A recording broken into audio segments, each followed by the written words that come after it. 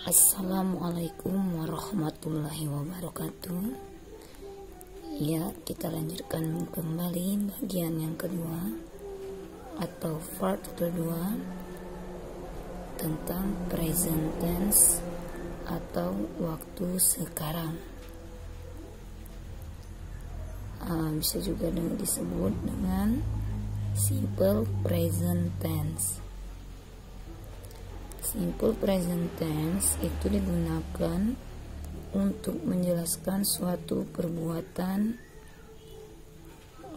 maksudnya untuk menjelaskan suatu peristiwa atau kegiatan yang terjadi di waktu sekarang dalam bentuk sederhana, atau bisa juga untuk menyatakan suatu rutinitas dan jadwal. Nah, rumusnya untuk kalimat verbal, maksudnya itu kalimat dengan kata kerja. Rumusnya subject plus verb one. Verb one itu maksudnya adalah kata kerja pertama ya. Nah, untuk subjek he, she, it atau orang ketiga tunggal, maka kata kerjanya harus ditambahkan s, es, ies. Nah, contohnya misalnya I help my mother every day. Ya, I itu subjek, help itu adalah kata kerja. Ya, maka kata kerjanya tidak pakai s karena subjeknya itu I, bukan orang ketiga tunggal, bukan he, bukan she, bukan it. Artinya itu aku membantu ibuku setiap hari. Contoh yang kedua, you always go to the market. You subjek, ya, go itu kata kerja pertama, tidak ditambah s karena subjeknya itu you. Contoh yang ketiga, she always cooks in the morning. Nah, cook itu adalah kata kerja pertama, jadi ditambah s. She itu adalah kata kerja subjek orang ketiga tunggal, dan cook itu adalah kata kerja pertama ditambah s. Artinya dia selalu memasak setiap pagi. Nah, untuk kalimat non verbal itu maksudnya kalimat tanpa kata kerja, dia menggunakan to be ya. Untuk subjek I, to be-nya am. Untuk subjek you, we, they, to be-nya are. Untuk subjek he, she, it, name, to be-nya is. Ya, kita ulangi yang rumusnya itu ya. Subjek, to be-nya itu adalah am, is, are. Noun itu kata benda, adjective itu kata sifat, preposition itu kata depan, adverb itu adalah kata keterangan. Kita lanjutkan. Contohnya yang pertama, I am student of this school. I subject, to be-nya am. Student itu noun ya.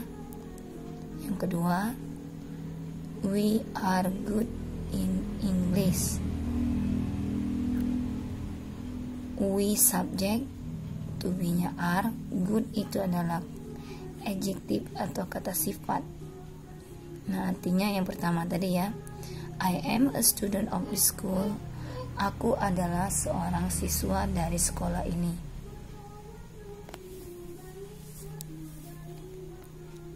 We are good in English artinya kita bagus dalam berbahasa Inggris. Contoh yang ketiga, George is in his room. George name, nama orang, to be-nya is, his room itu adalah adverb atau kata keterangan. Artinya George ada di dalam kamarnya.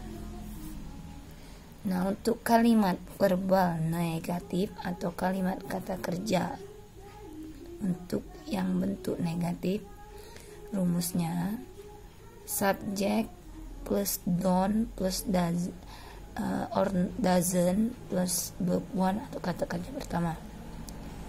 Don't itu untuk subjek are, you, we, they. Untuk doesn't itu subjeknya he, she, it, name. Contohnya ya, they don't study English every night. Every night ya. They itu subjek, pakai don't. Study itu verb one. Artinya mereka tidak belajar bahasa Inggris setiap malam. Contoh kedua, Philips doesn't know about the problem. Philips itu name, doesn't know itu adalah kata kerja pertama. Nah, untuk kalimat non-verbal negatif atau kalimat yang bukan kata kerja tapi dalam bentuk negatif, yang tidak mempunyai kata kerja maksudnya ya. Rumusnya subject plus to be plus to plus to be ya. To be tadi adalah am is are ya, plus noun adjective preposition adverb. Noun itu adalah kata benda, adjective itu kata sifat, preposition itu kata depan, adverb itu adalah kata keterangan. Contohnya misalnya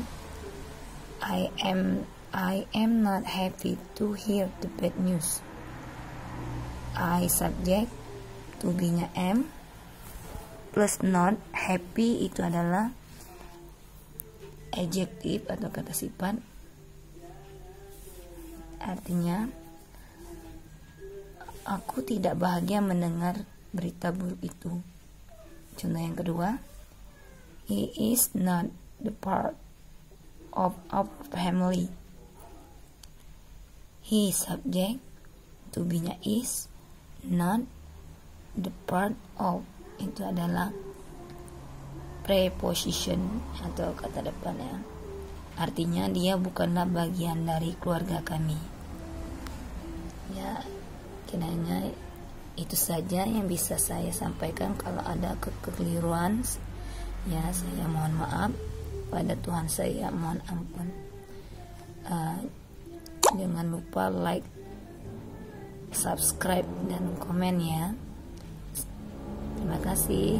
Saya akhiri dengan wassalamualaikum warahmatullahi wabarakatuh.